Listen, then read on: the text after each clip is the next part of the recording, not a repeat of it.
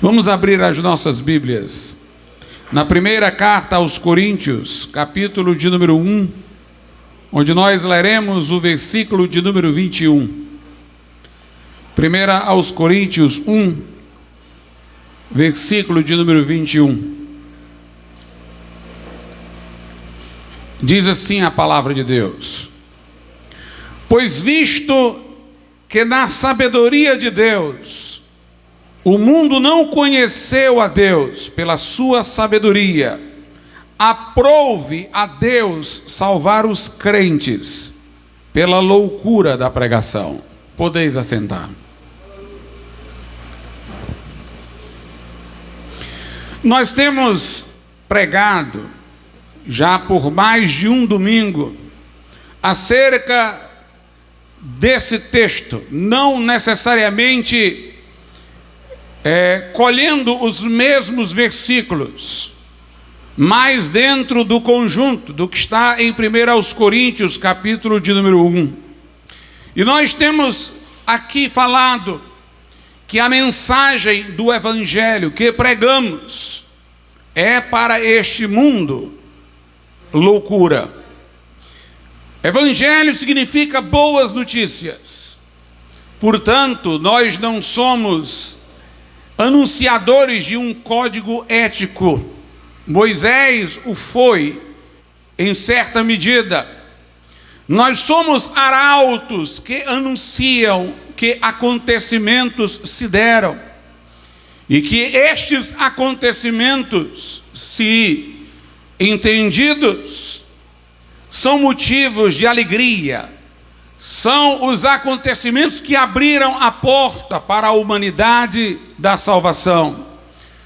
Nós pregamos que Jesus Cristo, Filho de Deus, encarnou, fez-se homem, o Verbo se fez carne e habitou entre nós. Não de modo normal, comum. Ele não veio de uma geração natural, porquanto se viesse, teria herdado as consequências da queda de Adão, que ele trouxe para todos os seus descendentes. Deus criou o homem em inocência, a sua imagem, deu-lhe privilégios, o fez reitor de sua criação, deu-lhe alimento, mantimento, glória, mas lhe estabeleceu um único mandamento que o homem descumpriu. Ao fazê-lo, a natureza daquele homem se corrompeu, e esta corrupção que lhe sobreveio, ele transmitiu-a a seus descendentes, de maneira que ao chegarmos neste mundo, pela concepção, pelo nascimento, nós estamos com nossas energias morais enfraquecidas para o bem. E nós estamos sempre reiterando a prática do mal, como um cego, ou como alguém em lugar escuro que não conhece o caminho por onde anda, e por várias vezes tropeça no mesmo ponto. Por isso nós estamos incapazes de nos salvar a nós mesmos. Nós não temos solução, não somos solução, somos o problema. Mas Jesus Cristo foi enviado para nos resgatar, e ele fez-se homem. Mas se ele tivesse vindo de geração natural, ele estaria dentro desse processo sucessório de corrupção. Por isso foi o Espírito Santo que no ventre da Virgem preparou para Jesus Cristo um corpo. Ele veio a este mundo sem corrupção enquanto homem, porquanto, enquanto Deus, ele jamais poderia conhecer a corrupção, porque Deus é luz e não há nele trevas nenhuma. Mas enquanto homem, Jesus Cristo, tendo vindo sem a herança maldita do pecado, foi tentado, como Adão foi lá no Éden. Foi tentado num ambiente muito mais hostil e de privações do que num jardim cheio de benefícios. Foi tentado no deserto e em várias outras ocasiões, mas não pecou. Ele, enquanto homem, foi homem perfeito, como disse o Pai: este é meu filho amado, em quem me comprazo, em quem me deleito, que em tudo me agrada. E Jesus Cristo levou sobre si os pecados de todos nós. Ele não deveria morrer, porque a morte é o salário do pecado. Enquanto o homem, a morte não teria poder sobre ele, porquanto era puro. Mas ele tomou sobre si os pecados de todos nós, e assim escolheu seguir o curso para a morte. Ele morreu em nosso lugar, morreu a nosso favor, o justo pelos injustos, para levar-nos a Deus. Levou em seu corpo os nossos pecados ao madeiro, destruiu o pecado na sua carne traspassada, e fez um sacrifício perfeito, completo, capaz de redimir todo aquele que queira vir a Ele e tê-lo como Salvador. Ele disse na cruz: está consumado. Ele pagou o preço da redenção. Era homem para morrer pelos homens e representá-los, recebendo em si o juízo que era para nós. Era justo, para que não tivesse nenhuma sentença contra ele e pudesse receber a sentença que era para nós. E ele era Deus, eternamente gerado do Pai, para que pudesse fazer do valor de seu sacrifício substitutivo um sacrifício de valor eterno. Esta é a mensagem do Evangelho. O Pai testemunhou acerca de Jesus, de que aceitara o seu sacrifício a nosso favor, ao ressuscitá-lo ao terceiro dia.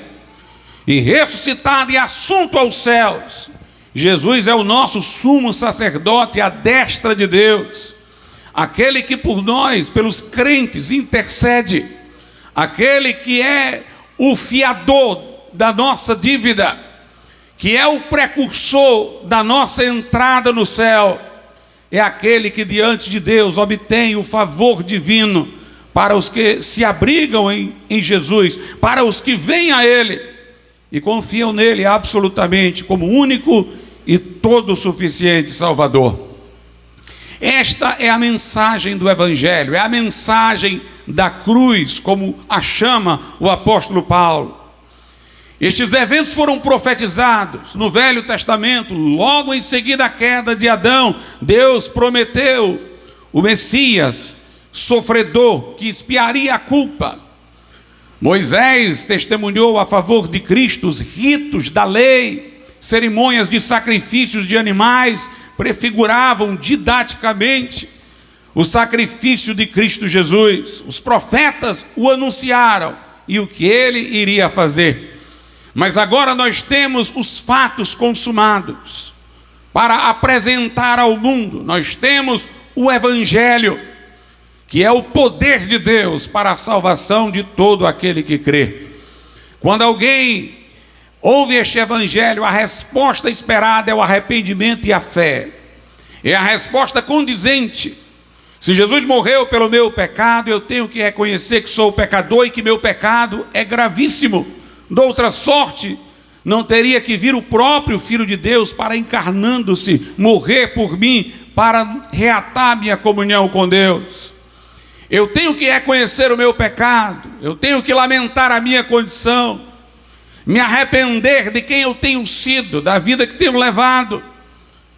E eu tenho que também ver naquela cruz o grande amor de Deus, a suficiência do sacrifício de Cristo, para que em fé eu vá ao Cristo que ressuscitou, para que Ele me conduza ao Pai. Como disse, eu sou o caminho, a verdade e a vida, e ninguém vem ao Pai, senão por mim. Esta mensagem, a Bíblia diz que para o mundo é loucura. Em 1 Coríntios 1, versículos 22 e 23 diz: porque os judeus pedem sinal, e os gregos buscam sabedoria, mas nós pregamos a Cristo crucificado, que é escândalo para os judeus e loucura para os gregos. Talvez muitas pessoas no Ocidente hoje não achem esta mensagem uma loucura, porque na verdade não a compreendem bem. acham que Jesus morreu sendo apenas um exemplo e um modelo de abnegação. Acham que a morte de Jesus foi uma injustiça que ele sofreu nas mãos do Império Romano, não uma escolha que ele fez de morrer por nós. Não compreendem o sentido do porquê Jesus Cristo morreu por nós. Eles têm apenas um conhecimento superficial, emocional, de um homem bom que foi traspassado na cruz. E o Ocidente está com este bloqueio para entender a mensagem do Evangelho. Mas quando nós a apresentamos da forma correta, ela denuncia a humanidade. Ela denuncia o pecado do homem, como é grave o pecado do homem, a transgressão, a ponto de exigir uma justiça cósmica, uma reivindicação de castigo sobre o próprio Filho de Deus, que assumiu o nosso lugar, para que tivéssemos nossa comunhão reatada com Deus.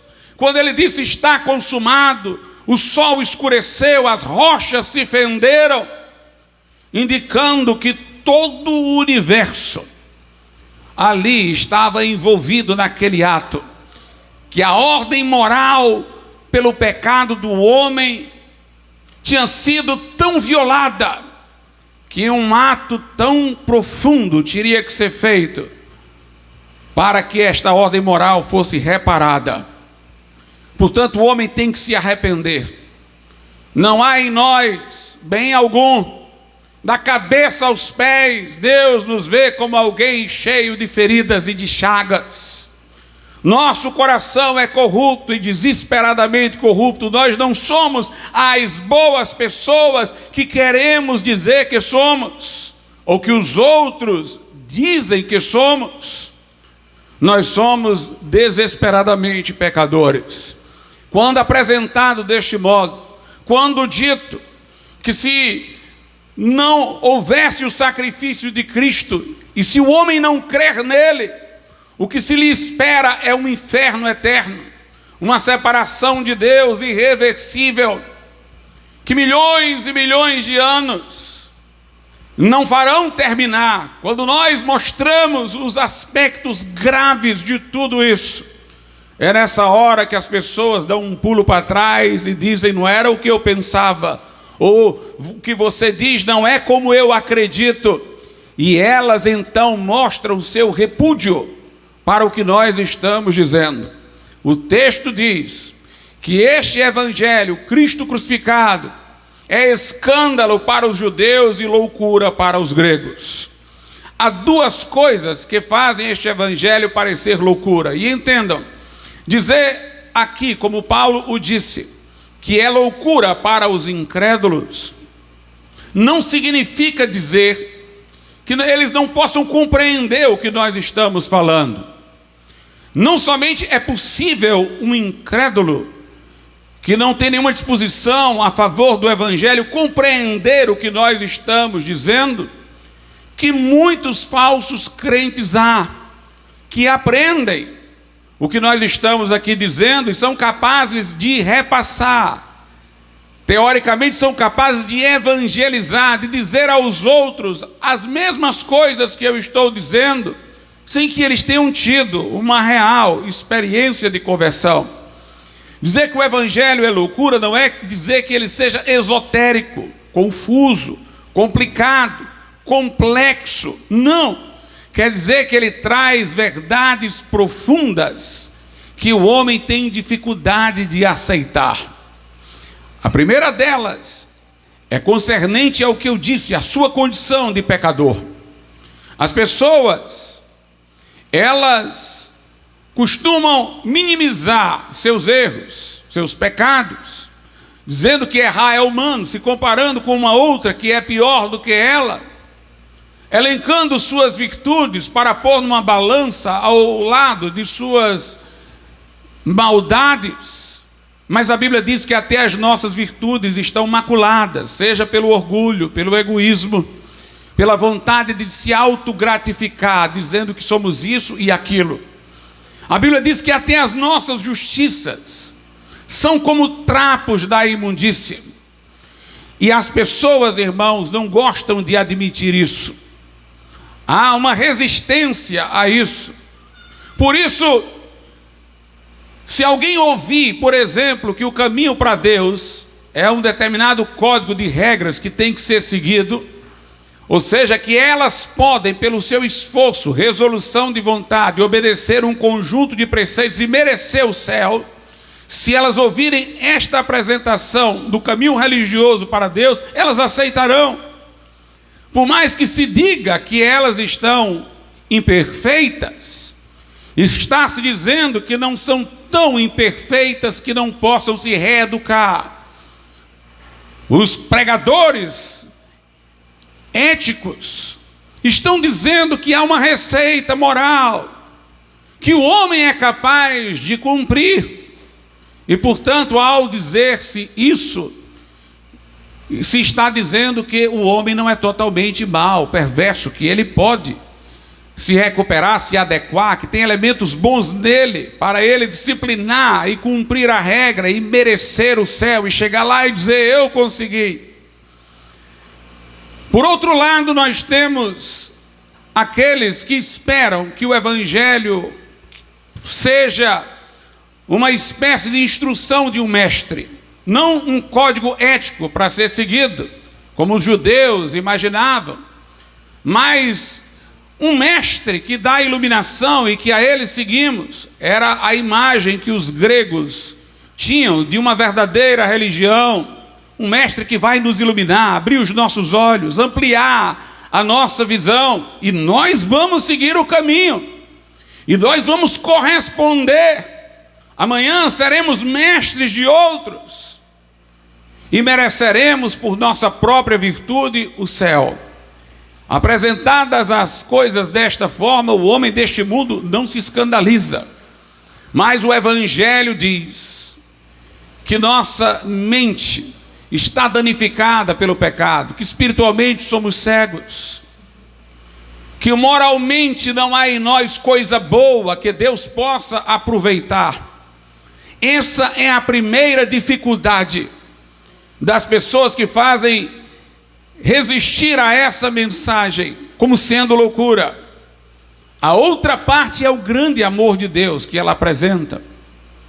Deus, por amor desses rebeldes que as pessoas nem querem admitir que sejam tanto assim, por amor desses rebeldes, enviou seu filho para fazer-se homem e morrer por eles. As pessoas dizem, nós não somos tão rebeldes assim. E se nós fôssemos tão abomináveis assim, por que Deus iria fazer o seu filho justo morrer por esses injustos?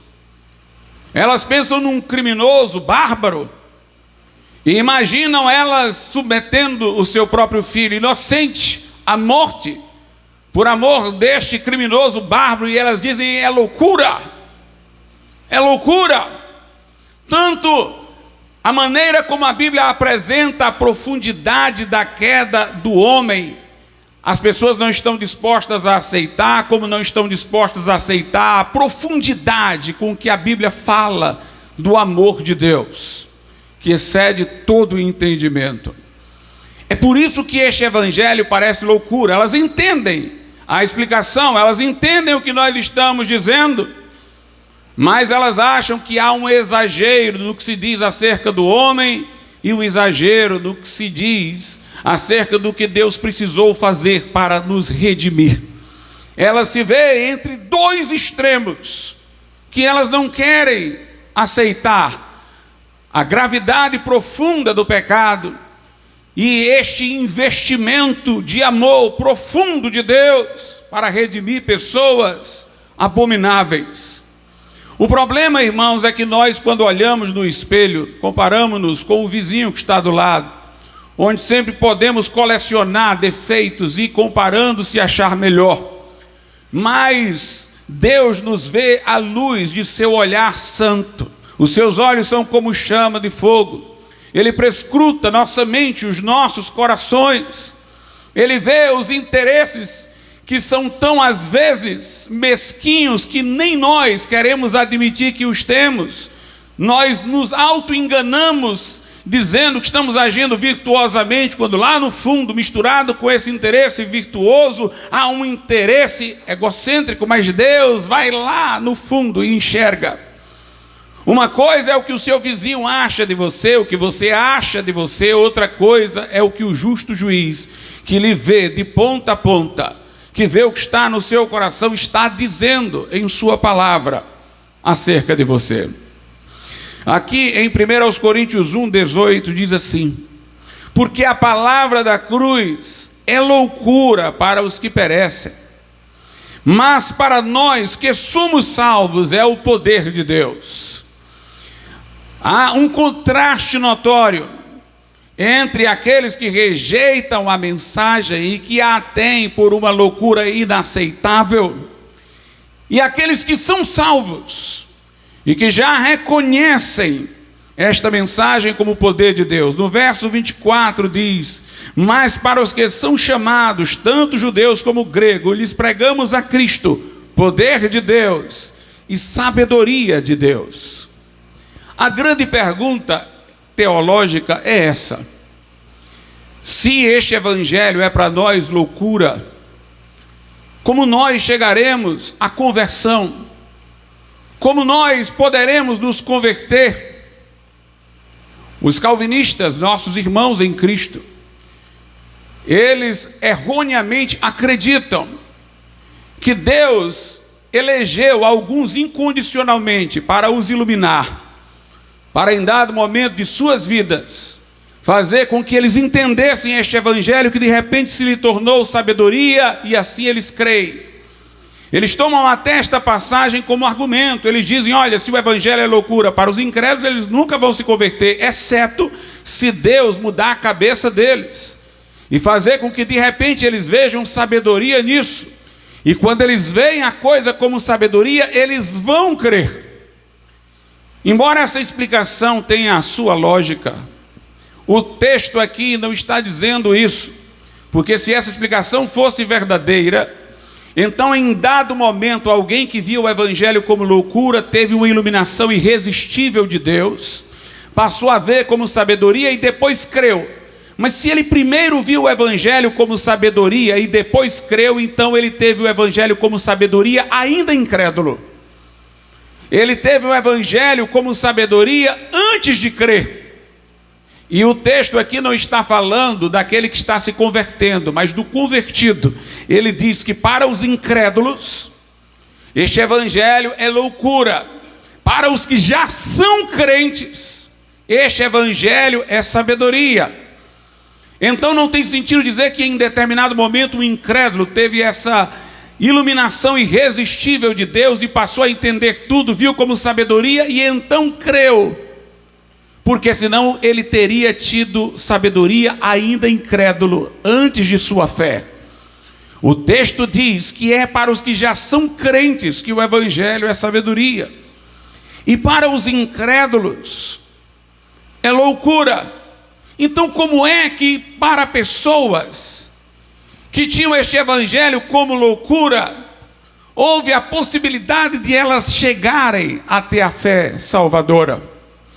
Entendam, meus irmãos, a Bíblia mostra que quando alguém se converte e crê, o evangelho para ele ainda é loucura, mas ele crê na loucura.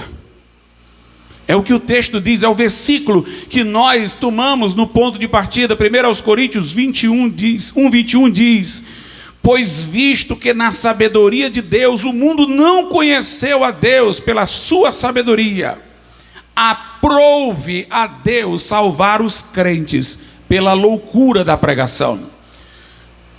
Diz um estudioso do grego que a melhor tradução para essa passagem seria: aprove a Deus salvar os crentes pela loucura do que é pregado.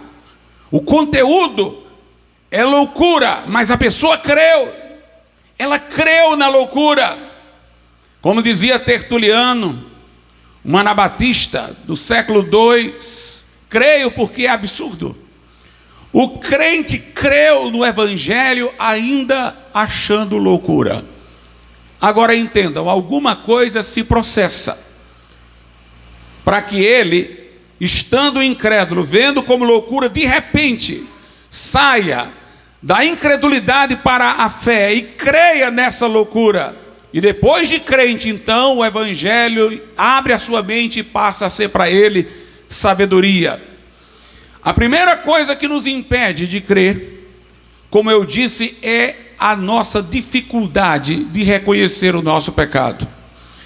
Há uma obra do Espírito Santo sobre aqueles que ouvem a palavra antes que tenham se convertido, preliminar, preparatória para a conversão, pela qual o Espírito Santo convence-nos de que somos pecadores.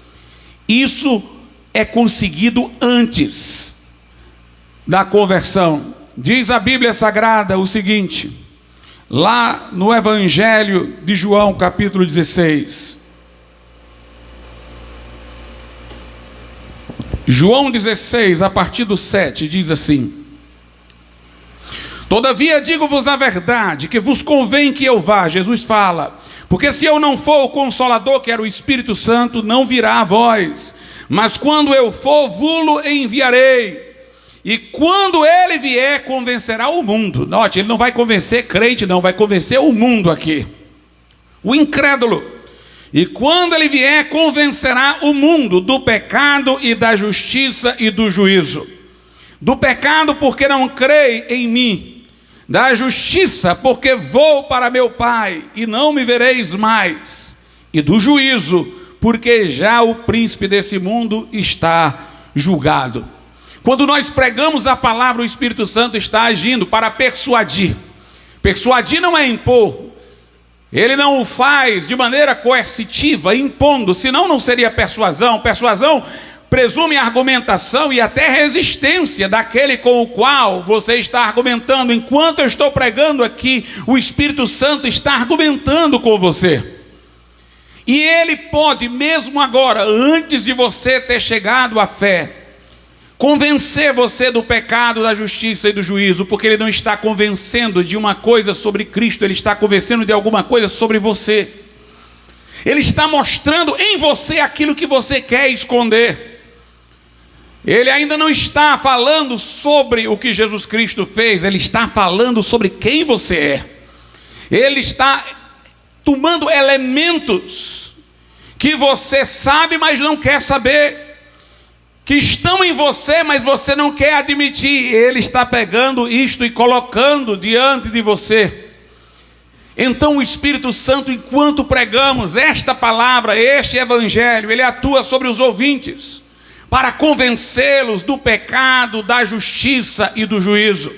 Convencê-los de que são pecadores, gravemente pecadores, de que são infratores da justiça de Deus e merecedores do juízo eterno, do inferno. Esta obra é do Espírito Santo, mas ela é antes da conversão, é sobre aquele que está ouvindo a palavra.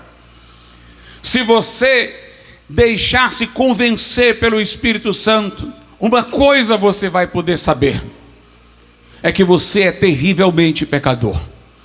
Isso você poderá admitir. A Bíblia Sagrada diz, inclusive, que quando o Espírito Santo está nos persuadindo disso, nós não devemos fugir, nós não devemos deixar de se interessar pelo Evangelho, porque se o Espírito Santo chegou a este momento que nos convenceu, e a gente foge, não quero mais ouvir, eu não quero mais saber, toda essa persuasão do Espírito pode ir por água abaixo. Porque você pode com o tempo novamente dizer, não, foi aquilo que eu tive, uma sensação ilusória, eu não sou mais tão mal quanto eu pensava. E a Bíblia diz que a cada momento que o homem convencido retrocede, mais o seu coração se endurece. Até que pode chegar um dia em que o Espírito Santo trabalhou tanto nele, ele chegou a entender tanto sobre si por várias ocasiões, mas depois se iludiu de novo, que ele chegou a um nível que ele não pode ser mais persuadido pelo Espírito Santo. O seu coração se endureceu. A Bíblia diz, hoje, se ouvirdes a voz do Senhor, não endureçais os vossos corações. O problema Não é só que você pode morrer sem Cristo e ir para o inferno, que Jesus pode voltar hoje, levar o seu povo e você ficar aqui para juízo. O problema é que você pode estar vivo, Jesus pode não ter voltado, mas de tantas vezes que você foi esclarecido pelo Espírito Santo e novamente se iludiu, o seu coração ficar terrivelmente endurecido e você ficar incapaz de novamente ser esclarecido e firmar o seu passo na direção da condenação eterna. O Espírito Santo convence o homem do pecado, da justiça, do juízo. Pode fazê-lo agora, antes mesmo que ele seja crente, porque o Espírito Santo, para isso, não precisa de um elemento exterior ao homem, ele precisa do que está no homem. Ele usa o que está no homem para o homem se enxergar. Ele debate com o próprio homem por aquilo que o homem tem no seu coração, só não quer ver. E quando a pessoa é convencida do pecado, ela então entende que somente um ato revolucionário como esse de Deus, de enviar Jesus para socorrê-la, é que poderia salvá-la. Ela começa então a ver que é possível realmente que tenha sido uma coisa extravagante assim, que tinha que ser feita para que ela fosse salva. Mas depois que ela entende novamente, ela se fecha, porque ela vai dizer: mas eu não consigo compreender porque Deus faria isso por mim, tão abominável. Nessa parte, o evangelho continua loucura. Ela já entendeu que realmente o seu pecado é grave, ela já viu a sua miséria, esta ela pôde ver. O Espírito Santo usou de elementos de dentro dela para persuadir, ela se convenceu. Mas o amor de Deus não está nela, está em Deus. E aí não tem elemento nela, dentro dela, para convencê-la de que é possível um ser amá-la tanto que tenha feito isso por ela. Então isso continua uma loucura. Isso continua uma coisa que não é compreensível, porque o que o homem conhece dentro dele é o egoísmo, é a autogratificação, é a autossatisfação. Os seres humanos nunca se imaginariam dando um filho inocente para salvar um criminoso bárbaro.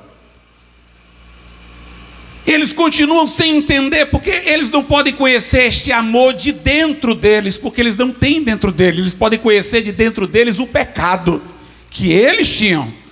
Foram capazes de ver o pecado deles com toda a gravidade pela persuasão do Espírito, mas o amor eles não conseguem ver, porque não têm em si. É nessa hora que o Espírito Santo chama para o homem crer na loucura. É nessa hora que o Espírito Santo, diz a Bíblia, dá testemunho de Jesus. Se em relação a nosso estado ele nos convence, em relação a Jesus ele não nos convence, ele aponta. Ele aponta. Você sabe que é um pecador, disso está convencido, sabe que uma coisa exagerada desse tipo tinha que ser feita para que você pudesse ser salvo, como a que Deus fez. Você não consegue compreender como pode um amor ser tão grande, como Deus pode se interessar por uma pessoa tão miserável. Mas creia nesta loucura, creia nesta loucura, e se a pessoa crer nesta loucura, será salva. Aprove a Deus salvar os crentes pela loucura da pregação. Agora, depois que nós entregamos a nossa vida a Jesus, irmãos, aí a gente passa a entender isto que na hora que cremos parecia uma loucura, agora é sabedoria. Sabe por quê? Porque este amor com que Deus nos amou, enviando Jesus, que nós não poderíamos entender porque estava fora de nós, só poderíamos entender o nosso pecado que está dentro de nós, agora é derramado em nosso coração. E eu agora vou conhecer esse amor de dentro de mim.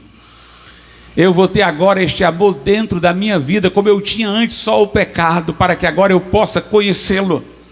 A Bíblia diz lá em Romanos, capítulo de número 5, o seguinte, Romanos 5, versículo 1, tendo sido, pois, justificados pela fé, fomos salvos e justificados no tribunal de Deus, declarados justos, inocentes de toda acusação pela fé. Temos agora paz com Deus, por nosso Senhor Jesus Cristo.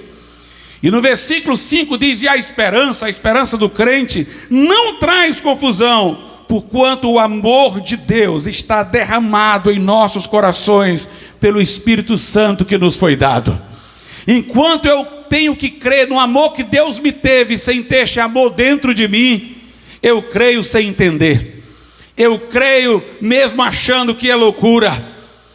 Eu coloco a minha vida nas mãos desse Deus que os anunciadores estão pregando, mas depois que eu creio, este amor é derramado em meu coração. Eu agora estou entendendo, estou sentindo, vendo-o dentro de mim. A Bíblia Sagrada diz o seguinte, lá na primeira epístola de João, primeira epístola de João, capítulo de número 4, diz assim nos versículos 9 e 10: nisto se manifestou o amor de Deus para conosco, que Deus enviou seu Filho unigênito ao mundo, para que por ele vivamos. Nisto está o amor, não em que nós tenhamos amado a Deus, mas em que ele nos amou a nós, e enviou seu Filho para a propiciação pelos nossos pecados. Há uma passagem que diz que se nós agora o amamos, é porque ele nos amou primeiro. Antes de nós aprendermos a amar a Deus, nós ouvimos a notícia do amor que ele teve por nós, cremos sem entender como Deus poderia ter nos olhado assim, mas agora nós entendemos, porque o amor de Deus está em nosso coração. Mas quando viemos a Cristo, foi fé no amor de Deus, versículo 16 de 1 João 4, e nós conhecemos e cremos no amor que Deus nos tem. Deus é amor, e quem está em amor está em Deus e Deus nele. Primeiro nós cremos no amor de Deus, cremos no amor que nós não entendíamos, mas cremos que Deus se interessou assim por nós, como uma loucura em que confiamos. Mas agora este amor está dentro de nós, para nós o contemplarmos, sabemos o que ele é. Nós agora amamos o outro com o amor que Deus nos teve, porque este amor foi derramado em nossos corações. Nós agora temos a sabedoria, nós agora já crentes, temos o entendimento do amor de Deus. A Bíblia diz em João 3,16, Deus amou o mundo de tal maneira, não descreve, porque não há palavras para descrever este amor, para defini-lo. Nos amou de tal maneira que deu o seu Filho unigênito, para que todo que nele crê, o que crê neste amor de tal maneira, neste amor que não tem definição, não pereça, mas tenha a vida eterna. É depois que estamos fundados no amor de Deus, já crentes com o amor de Deus em nosso coração, que nós vamos entendê-lo. Diz assim a Bíblia lá na carta aos Efésios, capítulo de número 3, o seguinte, a partir do verso 17: para que Cristo habite pela fé nos vossos corações, a fim de, estando enraizados e fundados em amor, pela fé eu recebo Jesus no meu coração, e aí eu fico arraigado e fundado em amor. O amor de Deus agora está em mim, para que dessa forma, versículo 18, poderdes perfeitamente compreender, agora eu vou compreender com todos os santos, qual seja a largura e o comprimento e a altura e a profundidade, e conhecer o amor de Cristo, que excede todo entendimento, para que sejais cheios de toda a plenitude de Deus. Quando eu criei, foi uma loucura em que eu acreditei. Eu vi que somente aquilo ali poderia me salvar, diante do que o Espírito Santo me mostrou sobre mim, como eu era terrivelmente pecador. Eu tinha a escolha de acreditar num Deus que pudesse me amar de maneira absurda, ou então me desesperar na minha própria condenação. Mas eu resolvi crer no Deus que me amou absurdamente. Não fazia sentido, mas eu sabia que era a única resposta possível, e fui salvo pela loucura da cruz. E agora esta loucura da cruz não é mais loucura para mim. Agora que eu sou salvo, é sabedoria de Deus. Eu compreendo o amor que ele tem por mim, porque este amor está agora no meu coração. Eu posso compreender o amor, como diz o texto aqui, que excede todo o entendimento, toda a capacidade natural do homem de compreensão. Lá na primeira carta aos Coríntios, voltemos para o nosso texto de origem. Diz assim a palavra de Deus, 1 Coríntios, capítulo 1, versículo 17. Porque Cristo enviou-me não para batizar, mas para evangelizar, não em sabedoria de palavras, para que a cruz de Cristo se não faça vã. Paulo disse: eu não abrandei a mensagem da cruz, eu não quis adaptá-la, refiná-la, modificá-la, para ela não parecer loucura. Eu não usei sabedoria de palavras para alterar o conteúdo da mensagem, senão eu teria feito nula a cruz de Cristo. Em 1 Coríntios 2, ele diz no versículo 2: porque nada me propus saber entre vós, senão a Jesus Cristo e este crucificado. No versículo de número 4, ele diz: e a minha palavra e a minha pregação não consistiram em palavras persuasivas de sabedoria humana, mas em demonstração do Espírito e de poder, para que a vossa fé não se apoiasse em sabedoria dos homens, mas no poder de Deus. Se eu pudesse, meus irmãos, quando me veio a pregação, ter entendido primeiro este profundo amor de Deus, então eu teria sido salvo por uma iluminação da minha mente. Eu teria sido salvo por uma coisa que eu pude compreender. Eu não teria sido salvo pela fé. A minha fé não seria fé, porque eu já teria entendido tudo antes de crer. Ela é fé, porque eu criei na loucura. Eu criei que Deus tinha este amor absurdo por mim. E o que eu podia saber antes, convencido pelo Espírito, é que se Ele não tivesse, não tinha esperança para a minha vida. Mas eu criei neste amor absurdo. E agora eu entendo de maneira não mental, porque esse amor excede todo o entendimento. Eu tenho o discernimento do que é este amor, de maneira espiritual. Veja o que diz aqui 1 Coríntios 2, versículo de número 11. Porque qual dos homens sabe as coisas do homem, senão o espírito do homem que nele está? Assim também ninguém sabe as coisas de Deus, senão o Espírito de Deus. Entenda, aqui diz que o alcance do que o homem pode saber é o que está dentro do homem. Porque qual dos homens sabe as coisas do homem, senão o Espírito do homem que está nele, que está dentro dele. O limite do nosso conhecimento é o que está dentro de nós. Como o homem, em sua condição natural, está morto espiritualmente, Deus está ausente dele. Como a corrupção do pecado fez ele incapaz de amar a Deus de todo o coração, alma e força, e o seu problema agora é a concupiscência, que é a raiz do pecado, é o desejo de autossatisfação. Ele não tem nada desse amor de Deus dentro dele. Para que possa compreender, ele só pode compreender o que está no limite do que está dentro dele. Mas está dentro dele o pecado, que ele não quer admitir tão grave, embora possa admitir que haja. E o Espírito Santo vai pegar este homem e persuadi-lo a ver o que está dentro dele. O que está dentro dele ele pode ver, está dentro do alcance do entendimento dele. O Espírito Santo vem persuadindo, tentando quebrar todas as desculpas que o homem apresenta, todas as coisas que o homem quer colocar debaixo do tapete, que ele quer ocultar, que ele não quer ver diante do espelho. O Espírito Santo vem e mostra. A pessoa, portanto, ainda não convertida, ela pode ser persuadida pelo Espírito Santo sobre o que nela está. Mas a Bíblia diz que as coisas de Deus só conhece o Espírito de Deus que está nele. O amor que Deus nos tem, só o Espírito Santo, irmãos, sabe, pode prescrutar este amor. O versículo 10 diz: mas Deus nulas revelou, ou seja, as coisas que Ele preparou para nós, pelo seu Espírito, porque o Espírito penetra todas as coisas, ainda as profundezas de Deus. O Espírito Santo conhece o amor de Deus em profundidade. Nós, pela persuasão do Espírito Santo, podemos conhecer o que está dentro de nós.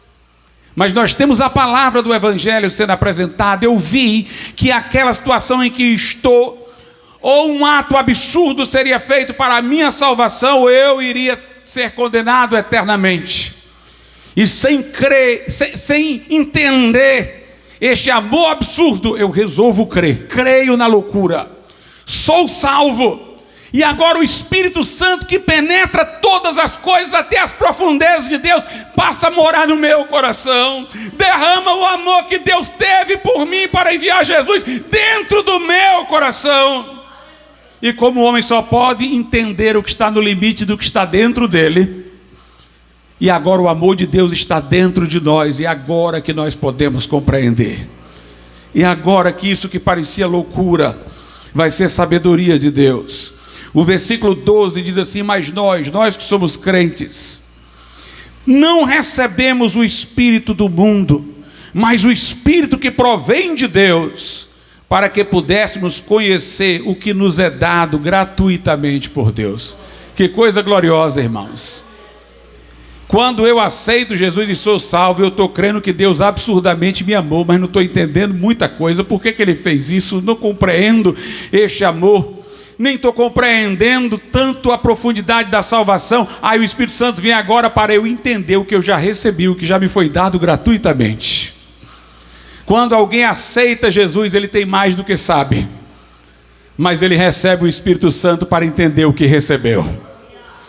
Por isso, meus amados irmãos, nós não deveríamos achar normal essa história de que um novo convertido aceitou Jesus, está alegre com Jesus, está se maravilhando, e aí com o tempo ele se habitua como crente e perde aquela alegria. Não, é o contrário. O novo convertido não sabe tudo que tem, ele recebeu tanto e não sabe ainda.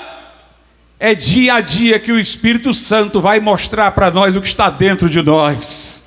Aleluia. O crente, portanto, é para ficar cada dia mais alegre, mais festivo, porque a cada dia ele descobre mais o que lhe aconteceu. Na hora que eu vim a Jesus, eu sabia que os meus pecados estavam perdoados e sabia que eu estava no caminho do céu, mas eu ainda não sabia que eu havia sido escolhido antes da fundação do mundo para ser santo e irrepreensível diante dele em amor. Não sabia tudo sobre ter sido predestinado para filho da adoção. Não sabia tudo sobre estar sentado nas regiões celestiais com Cristo. Não sabia tudo que eu ia julgar os anjos. Não sabia tudo sobre a cidade santa no céu preparada para mim, sobre o fato de que antes de uma grande tribulação sobre a terra, Jesus apareceria nas nuvens para me arrebatar e me levar para a sua glória. Cada dia, irmãos, o Espírito Santo vai mostrando o que já recebemos, o que está dentro de nós. Se você caminhar com o conhecimento que o Espírito Santo dá, você vai se alegrar todo dia, com todos os santos, com a igreja, com a comunidade. Não fique longe dela não. Você vai compreender com todos os santos qual seja a altura, como diz lá em Efésios, a largura, a profundidade, conhecer o amor de Cristo que excede todo entendimento, até que sejais tomados da inteira plenitude de Deus. O texto aqui também deixa uma coisa clara, irmãos, que há uma divisão no mundo. Todas as divisões que os homens inventam são carnais, dividem por raças, por sexos, por nacionalidades, mas são todos seres humanos igualmente. A distinção importante é essa: é salvo e perdido. Todos nós somos pecadores, mas Deus enviou Jesus para nos salvar. A questão é quem veio a Ele e quem ainda não veio. Este evangelho para aqueles que não creram ainda é uma loucura, mas para nós que cremos é o poder de Deus e a sabedoria de Deus. Note duas perspectivas. Para o incrédulo, uma loucura; para nós já é a sabedoria de Deus. Nós não recebemos o espírito deste mundo, o texto diz, mas o Espírito que provém de Deus, para que pudéssemos conhecer o que nos é dado gratuitamente por Deus. Este mundo está sob um espírito, o espírito que agora opera nos filhos da desobediência. Este mundo jaz no maligno, este mundo está em trevas, mas nós não recebemos o espírito deste mundo, nós recebemos o Espírito de Deus. Aleluia. A igreja tem o Espírito Santo, o mundo tem o espírito do mundo. A igreja vê a cruz como sabedoria, o mundo ainda tem por loucura. E diz aqui a Bíblia, versículos de números 14 e 15: ora, o homem natural, o homem ainda não salvo, em sua condição natural, não compreende as coisas do Espírito de Deus. Claro, ele não tem o Espírito de Deus, o limite do que ele pode alcançar é o que está dentro dele. Ora, o homem natural não compreende as coisas do Espírito de Deus porque lhe parecem loucuras, e não pode entendê-las, porque elas se discernem espiritualmente. Mas o que é espiritual, que é o crente, discerne bem tudo, e ele de ninguém é discernido. O que é que o apóstolo quer dizer? O apóstolo quer dizer que o incrédulo tem um déficit. Ele pode entender de matemática, ele pode entender de geografia, mas ele só conhece o que está dentro do limite dele, humano. As coisas de Deus, do Espírito de Deus, o incrédulo não conhece. Mas o crente conhece as coisas humanas, porque ele é humano. Conhece até o pecado, vendo-o não como deleite, mas como abominação, porque ele participou e participa do mundo humano. Mas ele também sabe as coisas de Deus, porque é habitado pelo Espírito Santo. O incrédulo só conhece isso daqui. As coisas do Espírito são para ele ininteligíveis e loucura. Mas o crente discerne tudo, as coisas dos homens e as coisas de Deus, porque ele está nos dois lados. Ele é humano para conhecer as coisas humanas, mas ele é habitado pelo Espírito de Deus para conhecer as coisas que se discernem espiritualmente. O incrédulo pode conhecer o pecado na sua profundidade, mas não conhece a santidade. O crente conhece a profundidade do pecado, foi arrancado de lá. Mas o crente também conhece a profundidade da santidade, porque é habitado pelo Espírito Santo. No verso 16 diz: porque quem conheceu a mente do Senhor, para que possa instruí-lo? Mas nós crentes, temos agora a mente de Cristo. Temos o Espírito Santo em nosso coração. O mundo persegue a igreja, odeia a igreja. Nós vemos forças hegemônicas no mundo global, patrocinando tudo que é contrário ao que a Bíblia diz, porque o espírito deste mundo antipatiza o Espírito de Deus, porque a inclinação da carne é inimizade contra Deus. Em João capítulo de número 15, veja o que Jesus Cristo disse. Em João 15, a partir do versículo de número 18: se o mundo vos odeia, sabei que primeiro do que a vós me odiou a mim. Se vós fosseis do mundo, o mundo amaria o que era seu. Mas porque não sois do mundo, antes eu vos escolhi do mundo, por isso é que o mundo vos odeia. Lembrai-vos da palavra que vos disse: não é o servo maior do que o seu senhor. Se a mim me perseguiram, também vos perseguirão a vós. Se guardaram a minha palavra, também guardarão a vossa. Mas tudo isso vos farão por causa do meu nome, porque não conhecem aquele que me enviou. Nessa noite, eu creio que o Espírito Santo agiu enquanto eu pregava, para tomar aquilo que estava no seu coração, que você não queria ver, e colocar frente a frente com você, para que você se reconhecesse um pecador que está numa situação tão grave, que ou Jesus Cristo morreria naquela cruz por você, ou você iria para a eterna condenação. Você não consegue compreender como Deus pôde amar a tal ponto de enviar o seu filho. Isso lhe parece absurdo, mas você sabe que a única resposta, se houver, creia na loucura. Aprove a Deus salvar os crentes pela loucura da pregação. E logo depois que você crê, você vai começar a entender de maneira espiritual este amor de Deus, porque ele vai ser derramado em teu coração, porque o Espírito Santo te esclarecerá. Mas agora não é ver para crer, é crer sem ver, é acreditar porque Deus disse, mesmo que você não entenda como e o porquê, mas creia neste amor absurdo de Deus pela sua vida. Entrega o caminho ao Senhor, confia nele, o mais ele fará. Vamos ficar de pé.